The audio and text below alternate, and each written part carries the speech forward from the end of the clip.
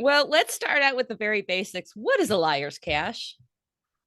Traditionally, a liar's cache, notice I said traditionally, Uh-huh. liar's cache, it was a cache posting by a cache owner where they lied about what it would take to get to it, the extremities you would have to go to, the DT rating, anything like that. And there's plenty of examples out there on online. I should probably shut that up. There's plenty of examples online with uh, dating back as far as 2011, as far as I could tell, where it kind of started, or at least kind of made its big uproar. And the big thing was that uh, it exaggerated what it would take to get to this cache or what was involved with this cache, kind of making the argument for why you're going to find a 5-5 cache.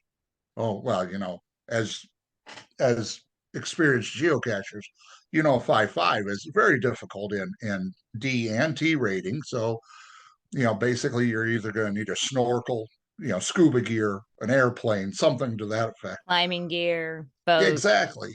Extreme climbing gear, zip Yeah. lines, that type of garbage.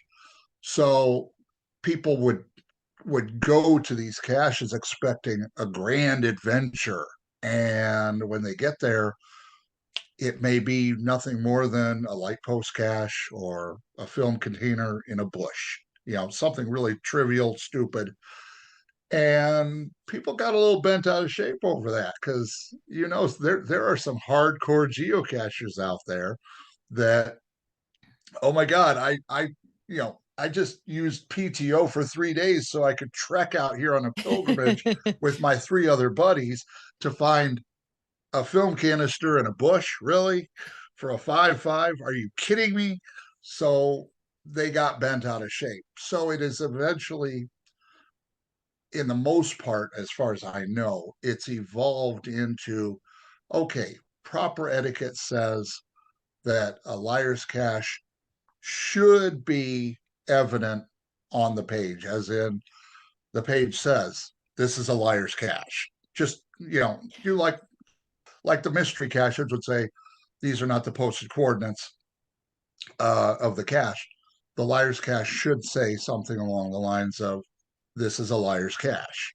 It might even And be included in the name that it's a liar's cache, depending on the cache owner that placed it. right, exactly. So people have now gotten to the point where if you post that in the description, this is a liar's cache, then what's expected of you now is that you have to use your imagination, one of those, you know, very, seldom used TOTTs, your imagination, and come up and spindle a tale that will just boggle the mind, but it's mainly entertainment value. Right. And you'll see that with the spotlighted cache today that I threw at you.